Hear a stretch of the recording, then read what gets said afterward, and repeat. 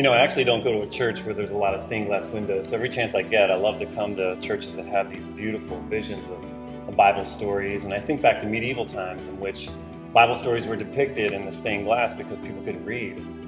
It's kind of interesting because today it's kind of inverted. Most people can read, but not a lot of people put their trust in the Bible stories.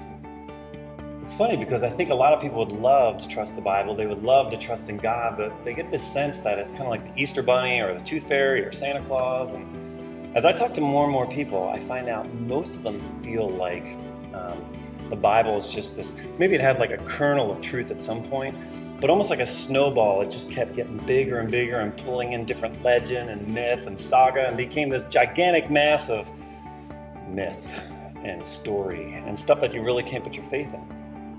The funny thing is, though, is that it isn't like that at all. In fact, a lot of people think it's kind of like Whisper Down the Lane, where one person told another person, it just got bigger and bigger. And in actuality, the truth is, the Bible is a pretty spectacular document, just viewed historically. There's a story of these shepherd boys in the late 40s. They were keeping track of sheep, that's what shepherds do. And one of the ways they would do it, they'd take these rocks and they'd throw them into caves to make sure that the sheep didn't wander off. And this one shepherd boy, he throws a rock into his particular cave and you hear this, it's almost like glass. So he goes in and he sees all these vessels and he has no idea what they are. So he tells his dad starts talking to people and have all these experts come in, they start looking at him and they find out that actually these vessels are the Bible from about 1,000 years prior to what we had in hand already.